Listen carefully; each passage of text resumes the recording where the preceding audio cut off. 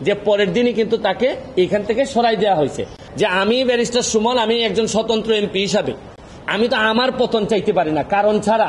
কামনা করতেছি আমরা সবসময় এইসব বিষয় নিয়ে প্রতিবাদ করেছি।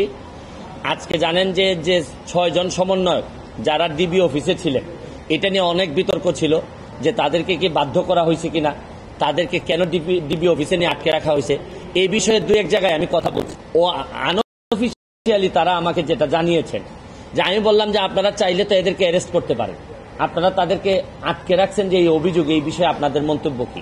তারা আমারে যেটা জানিয়েছেন, তারা বলছেন যে কোটা আন্দোলন তো কোটা সংস্কারের যে আন্দোলন, এটার জন্য যা যা চেয়েছিলেন সবই দেয়া হয়েছে।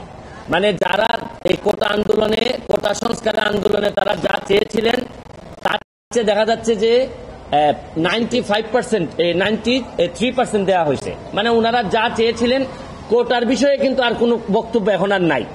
কোটা বিরোধী আন্দোলনের কোনো কথা এখন আর মাঠে নাই। তারপরও মাঠে মানুষ কেন?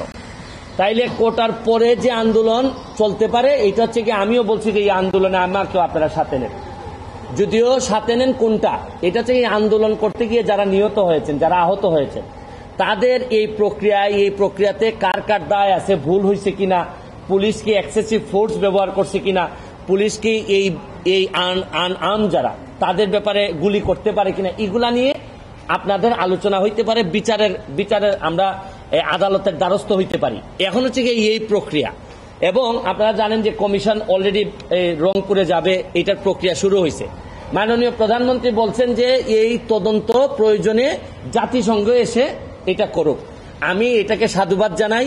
এবং আমি আরেকটা কথা বলতে চাই, আপনাদের বিচারের প্রক্রিয়াতে না গিয়ে আপনারা যদি আন্দোলন সংগ্রাম এবং ভাঙচুরে যদি আবার জনসাধারণের শৃঙ্খলা নষ্ট হয় এরকম কাজে যদি জড়িত থাকেন, তাইলে তো রাষ্ট্রের এবং সরকারের এটা রক্ষা করতে গিয়ে আবার শক্ত অবস্থানে যাইতে হবে। এর মানে কি দাঁড়াচ্ছে? আমি স্পষ্ট বলছি যে কোটা সংস্কার আন্দোলনে আমরা একমত।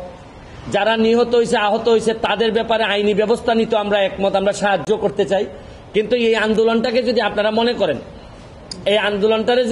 মনে করেন যে এখন আপনারা সরকার পতন করবেন, আপনারা মাননীয় প্রধানমন্ত্রীকে কোনোভাবেই দেখতে চান না, তাই এই আন্দোলনে তো আমরা সব একমত না।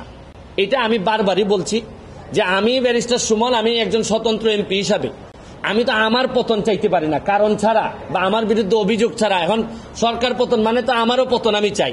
প্রশ্ন হচ্ছে গিয়ে কোটা আন্দোলনের জন্য আসছিলেন, আপনারা সফল হয়েছেন এবং এটা মানতে বাধ্য হয়েছে সবাই, এটা আদালতের মাধ্যমে আসছে। এখন আপনারা বিচার চাইতে পারেন যে কোন কোন জায়গায় অন্যায় হয়েছে। এবং আমি আপনাদের মাধ্যমে আরেকটা কথা বলতে চাই, আপনারা জানেন যে ডিবির যিনি হারুন সাহেব ছিলেন, এই যে হাইকোর্ট তাকে নিয়ে একটা কথা বলছে যে তামাশা, আপনি জাতির সাথে এটা তামাশা। এরপরে কিন্তু সরকারের একটি, আমার কাছে মনে হচ্ছে একটি ভালো দিক যে পরের দিনই কিন্তু তাকে এখান থেকে সরাই দেওয়া হয়েছে। আমি মাননীয় প্রধানমন্ত্রীর কাছে আমি একটা দাবি জানাবো, এটা মনে করি যে আমি সাধারণ ছাত্রের পক্ষে আমি দাবিটা জানাইতে চাই। এইটা হচ্ছে গিয়ে যে এই প্রক্রিয়ায় হারুন সাহেবকে যেভাবে সরাই দেওয়া হয়েছে, এই প্রশাসনে মন্ত্রী থেকে শুরু করে এবং দলের নেতারা যারা এই কাজের সাথে ব্যর্থতার পরিচয় দিচ্ছেন, আমি দাবি জানাবো যে তাদেরকেও যদি এই জায়গাগুলো থেকে সরাই দেন, তাহলে আমার মনে হয় ছাত্রদের জন্য আরেকটি শান্তির বিষয় হবে।